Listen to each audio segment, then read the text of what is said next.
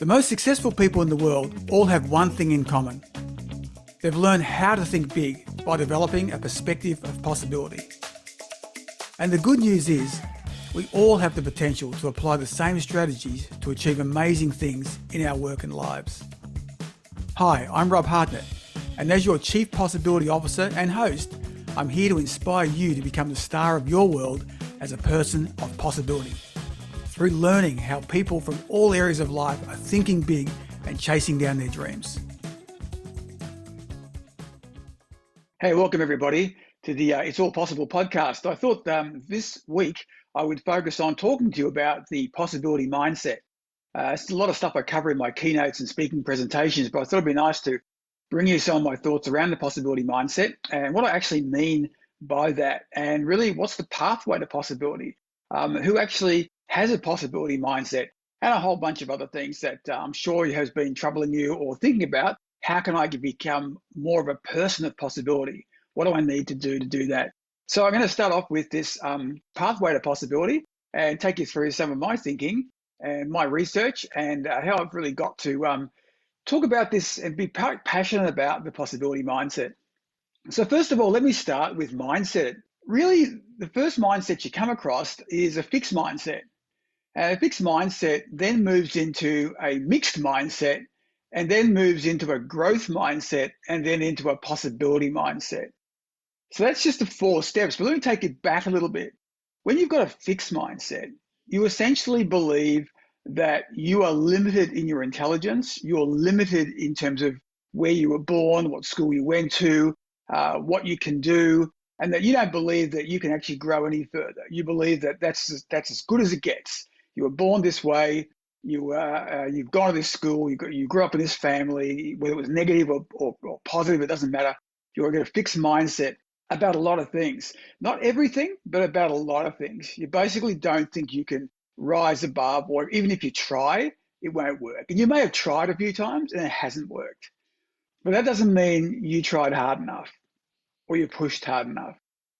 So you've kind of got negative feelings. You may have been pushed back. You may have tried something and someone said to you, what are you doing that for? Or you can't do that.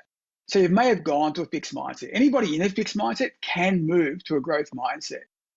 But there's an assumption that people just go from fixed to growth. And they don't. I don't. You don't. We actually go from fixed mindset to mixed mindset. And a mixed mindset says, I think I could do that under these circumstances. I'm willing to try this under these circumstances. I might have a go if somebody else does it. I might have a go at some point.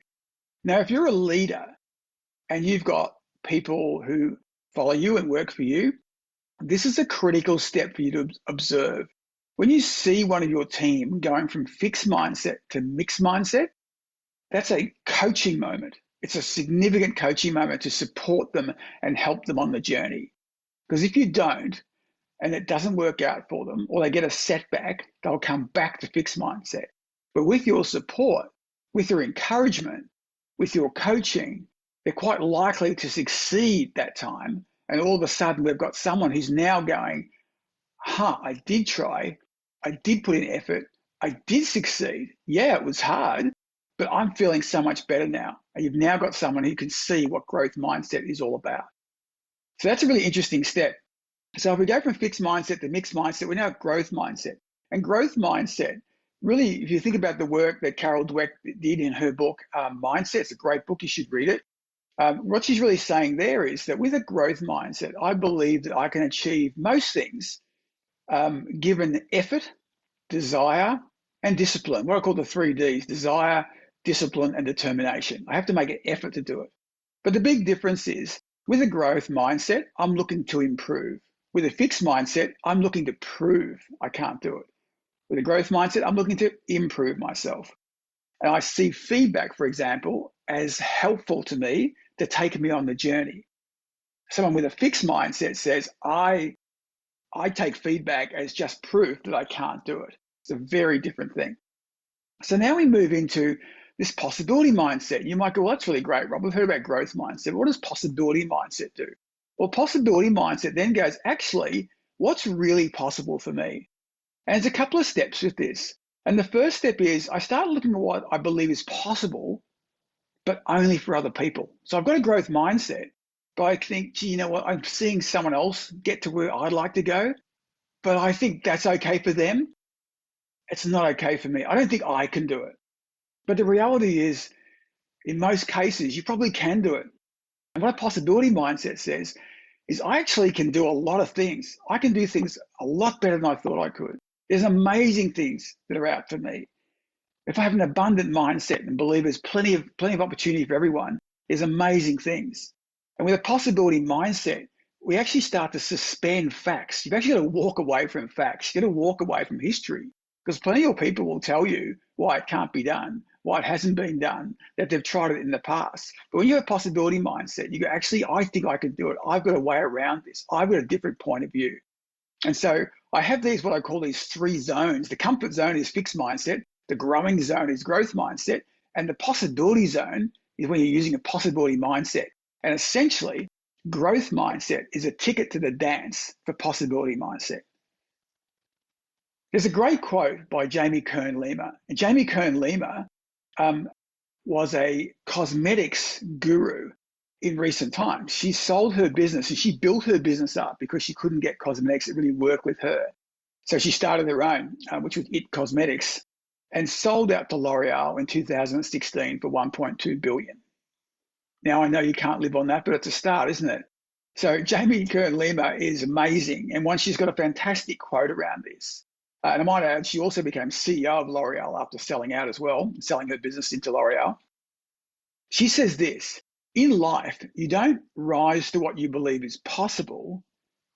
You fall or rise to what you believe you are worthy of. Right? Let me read that again to you. In life, you don't rise to what you believe is possible. You fall or rise to what you believe you are worthy of. And I think that's a really great point. And it's made by someone who's actually done it, who was told you couldn't do it and did amazing things, built a business up in the US that was phenomenal that L'Oreal wanted to acquire. So if you think about that, that's what a growth mindset, which Jamie Kern-Lima had from very early day one, is the ticket to the dance to the possibility mindset. And in fact, there's been studies shown between people with a fixed mindset and a growth mindset. There've been neural studies done where they've done brain scans. And for those people who believe that when they've got a problem, I just can't fix it, versus I've got a problem, but I've got a growth mindset, and I know with putting in effort and thinking and taking feedback, I can fix it. It's incredible. The actual scans, the amount of neurons and brain connections that are going on with someone with a growth mindset versus a fixed mindset, it's incredible. And what we're really saying there is the researchers who did this, which was Moses Schroeder, Heaton Moran, and Lee in 2011, this is what they said. For individuals with a growth mindset who believe intelligence develops through effort, mistakes are seen as opportunities to learn and improve. For individuals with a fixed mindset who believe intelligence is a stable characteristic, mistakes indicate lack of ability. And really, nothing could be further from the truth. And it doesn't matter how old you are. Asked at age 85 why he was still practicing 4 hours a day, world-renowned cellist Pablo Casals replied, "Because I think I'm finally making progress." Right? I think it's just such a wonderful quote. Age 85, when most people are either checking out of this life or at a retirement home, he's actually practicing 4 hours a day, honing his craft, getting better. He's playing what I call the infinite game.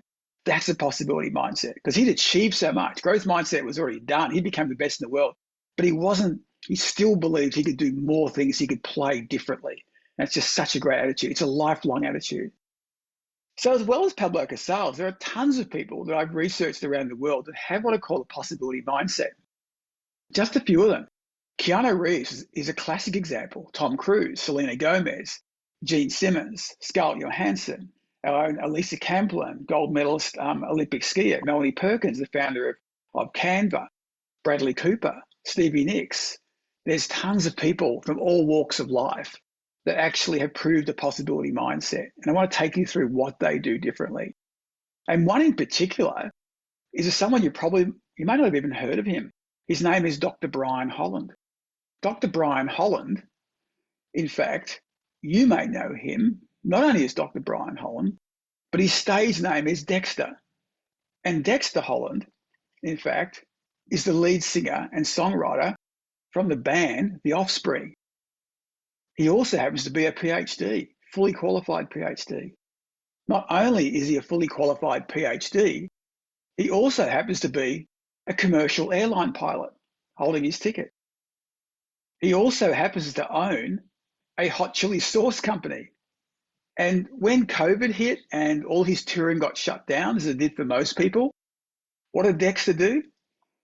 Well, Dexter didn't complain and get upset. Dexter said, hey, this is a great time for me to actually get my commercial pilot's license. He's a massive fan of aviation fan. He'd already flown himself around the world.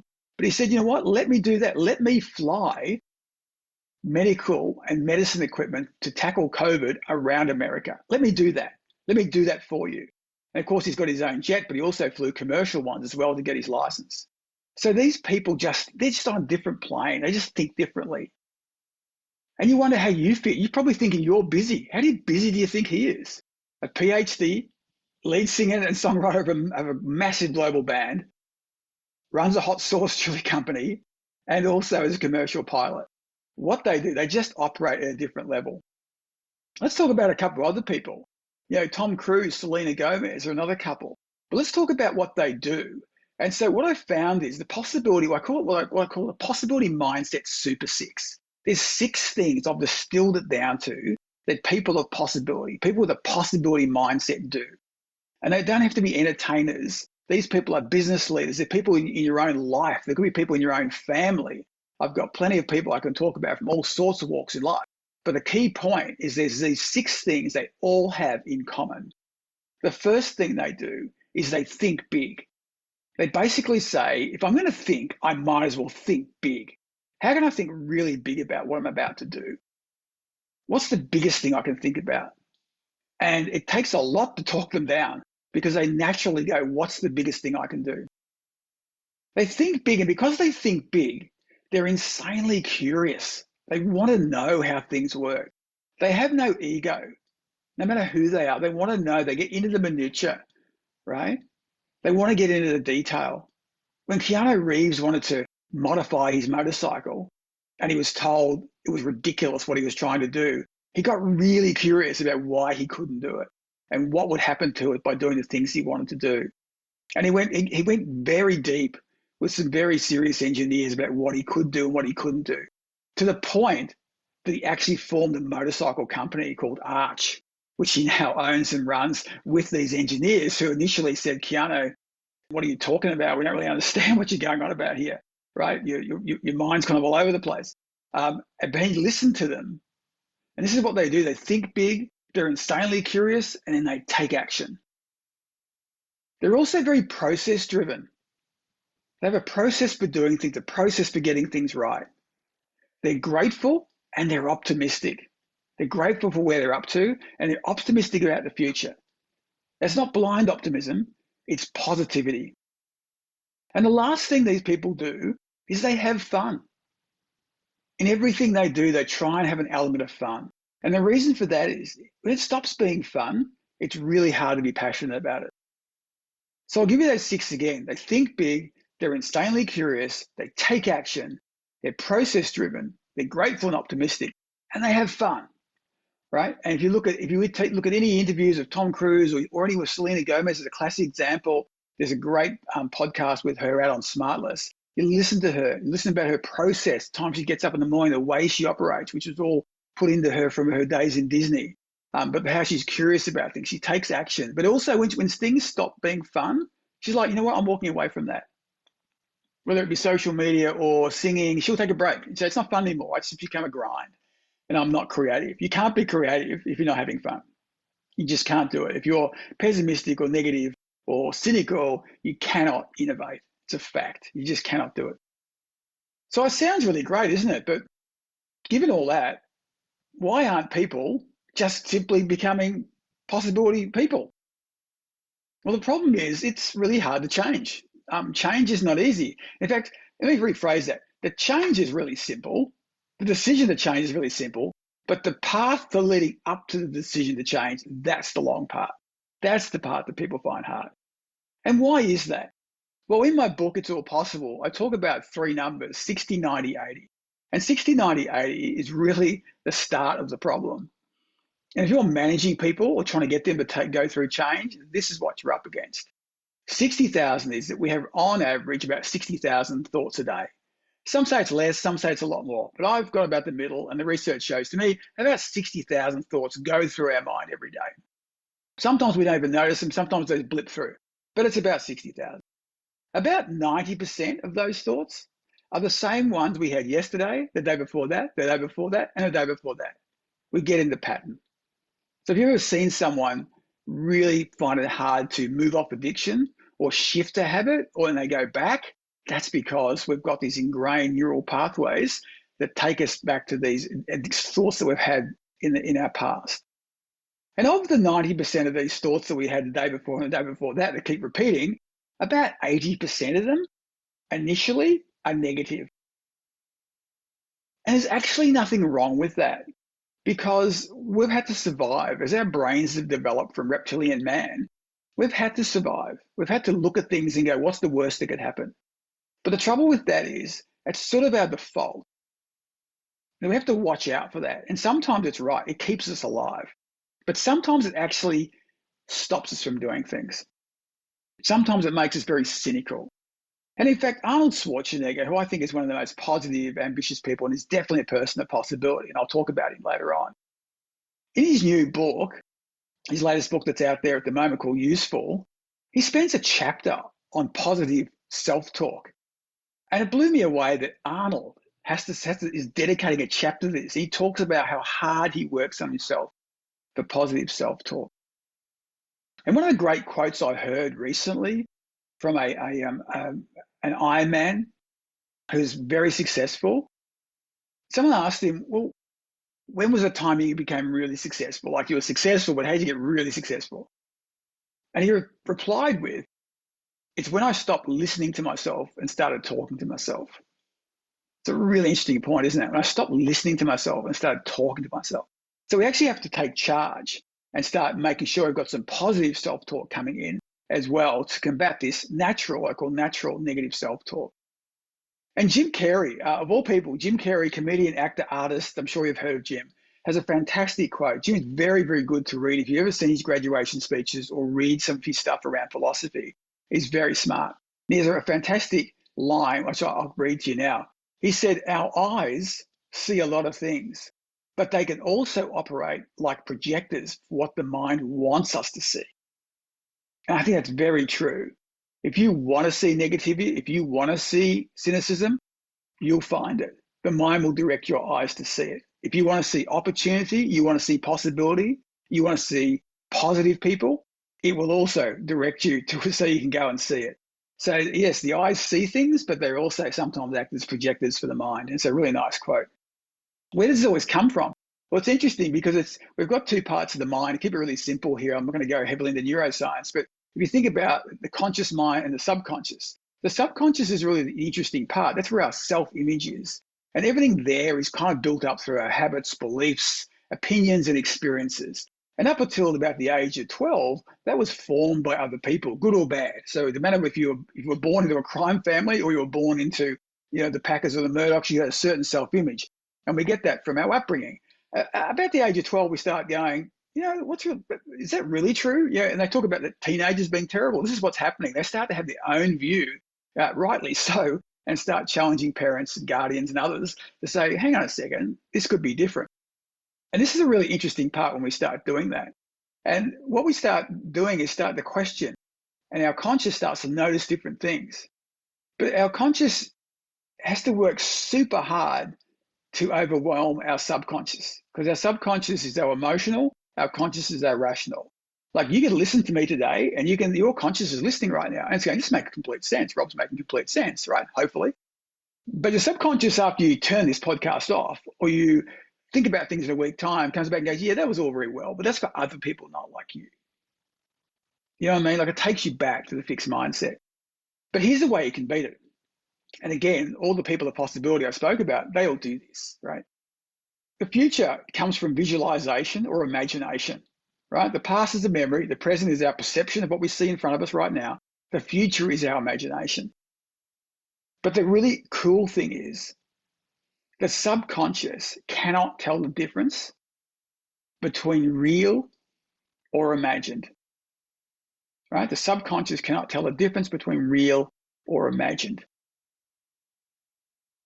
So what that means is if you use visualization, really detailed visualization, thinking about what you want to have in life, when you want to have it, what it looks like, if it's a car or a motorcycle, what's it sound like? What's its color? What's it shine like? What's it like being in it? I've had very wealthy people tell me sometimes when they want something, they rent it and they have to give it back, and it gives them a real sense of being in it. And then they work really hard to get it. So that's another really interesting way. So you can rent it before you actually have to buy it. But if you can do that, the subconscious develops a self-image of the future, and it doesn't know whether that's real or imagined. And that's why visualization works. That's why vision boards work. That's why putting pictures up of things you want around your house and where you see them regularly will work for you. It's worked for me for many years. It's very, very successful. And there's not really a successful athlete at world level who doesn't use visualization, because it takes place. It takes the place of what the conscious mind has got now, or its perception of a current situation. And that's why the other thing is that through neuroscience, the brain loves a positive towards state, what I call PTS. The brain loves a positive towards state, something to look forward to going to. If we're going to look forward to going there, the mind will go that, and the mind will actually start to make it happen. Once you point it in the right direction, it automatically cannot help itself but start to work out a way to start to move towards it. So one of the things we often say is, you may see this, is we must dedicate ourselves to becoming the type of person who has already accomplished the thing we wish to accomplish. The actor Cary Grant said, "I acted like Cary Grant until I became Cary Grant." Right? So that was his stage name. But he said, I acted like him. I knew Cary Grant. I knew what he wanted to be. I knew his brand. I knew his image. I knew what the kind of roles he was going to have in Hollywood. So I acted like Cary Grant until I became Cary Grant. Really interesting point. So in my book, It's All Possible, I talk about 3 ways of making all this stuff happen: vision, strategy, and action. And what I've gone into a bit more detail now is to go, well, actually, how do you make vision, strategy, action happen?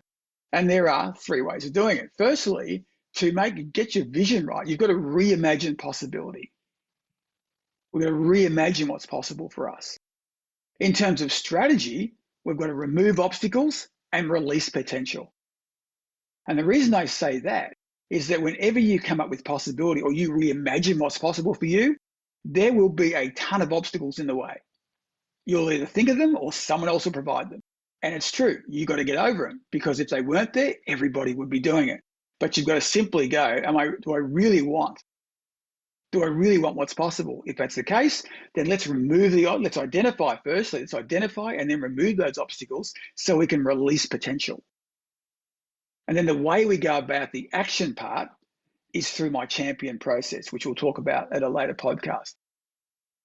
So if you think about reimagining possibilities, there's a few ways of doing it. You can look at the values in your life, your goals that you might have on an annual basis, and there might even be some business goals that you have for your organization. It all works, whether it's personal or at a business perspective. So if you've got values, so I have what I call my 5 L's: to live, to laugh, to love, to learn, and leave a legacy. Am I truly living, or am I slaving for work? Am I laughing enough? Am I having enough fun, right? Am I loving enough? Am I allowing myself to be loved? Am I learning enough? Do I put myself out to learn? How much do I spend on learning a year? For me, it's around 10 to 20,000 every year is spent on learning. I pay for that myself, not some other corporation, but at least 10 to 20,000, sometimes more, on learning new things.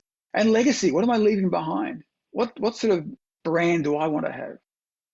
For annual goals, I have 6 areas: my career goal, a contribution goal, a wealth or financial goal, a health goal, a recreation goal, and relationships. And sometimes I'll weigh those up. I might not go after all 6 at the same time. For example, a financial goal may help with recreation and relationships and career. Or career might be the most important thing, which helps with health and financial and recreation. So sometimes you can look at it and go, well, I've got the 6, no problem with having the 6, but is there one that weights more heavily or will help the others?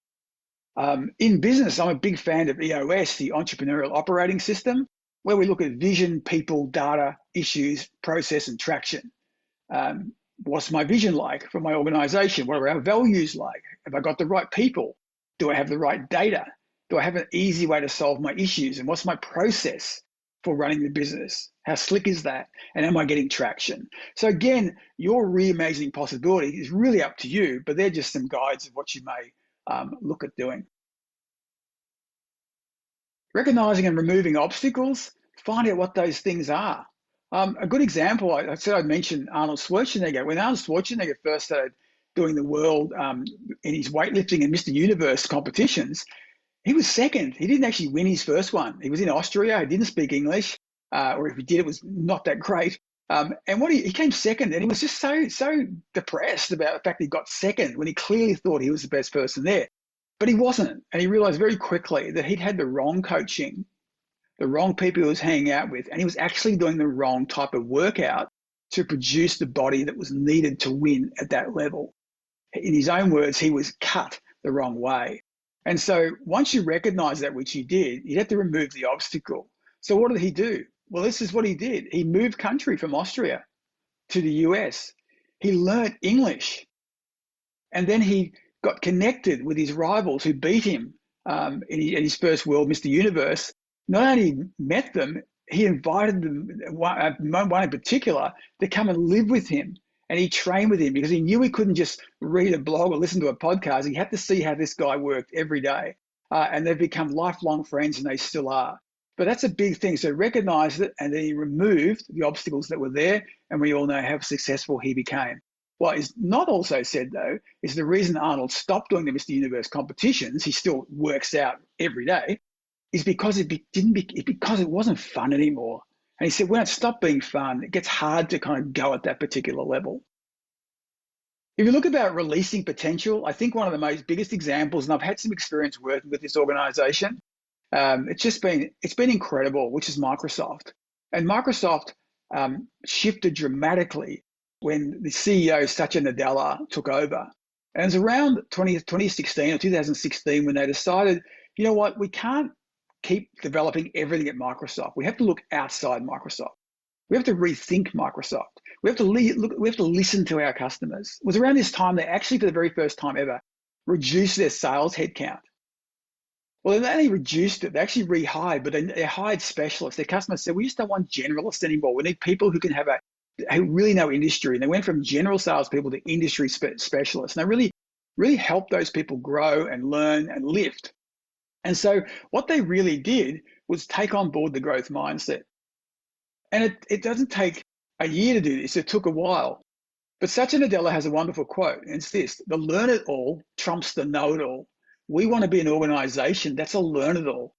It's about each one of us exercising the growth mindset. And he said, as a leader, he needed to exercise it. This is really important. You can't say to your people, go do growth mindset. I'm okay over here. No, you need to lead it. Whether you're running Microsoft or you're running a micro company, it doesn't matter. You need to lead it. There's no way you can get to a possibility mindset without getting growth mindset instilled in your people. And by doing that, they started to think about what's possible for us. And they were one of the very first to invest in AI. Right back around 2018, 2019, they got invested with AI, and they got a leap on everybody else. Now, to give you an idea, is this worth it? I often get asked this question. Yeah, this is really interesting, Rob, but is it worth it doing it in a company?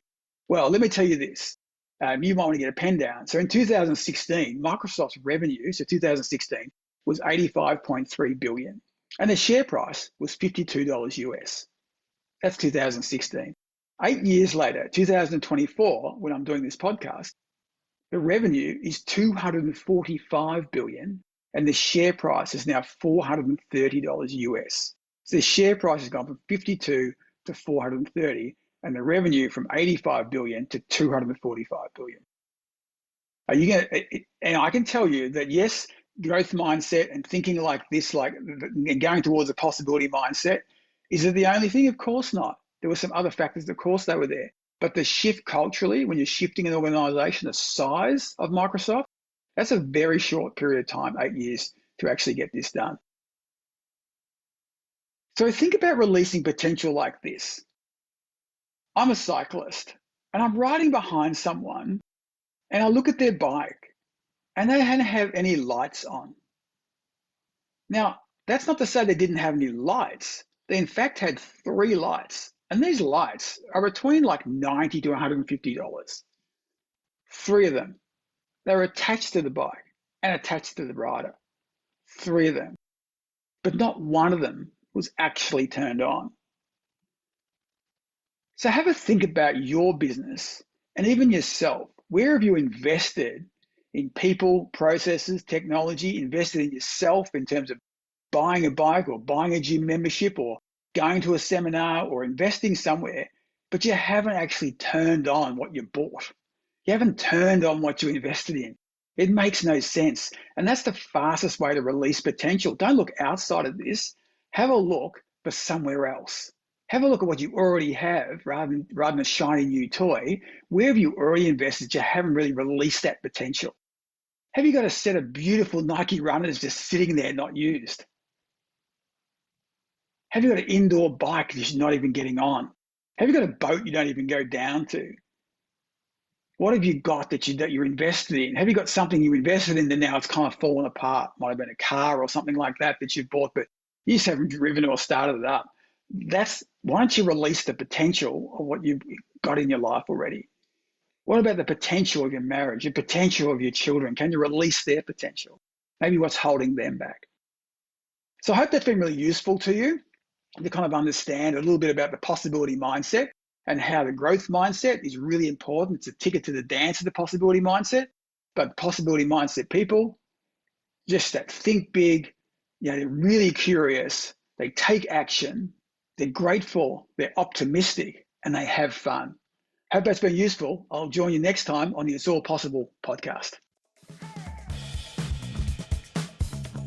I hope you enjoyed this episode of the It's All Possible podcast. You can contact me at rob@robhartnett.com or my website, robhartnett.com, or on LinkedIn. Remember to check out the previous seasons and episodes of the podcast and the show notes for more details on this episode's guest. For more inspiration, remember to check out the It's All Possibility playlist on Spotify, which contains a collection of upbeat, positive music I use for inspiration in my live performances. Until next time, live with passion and a perspective of possibility.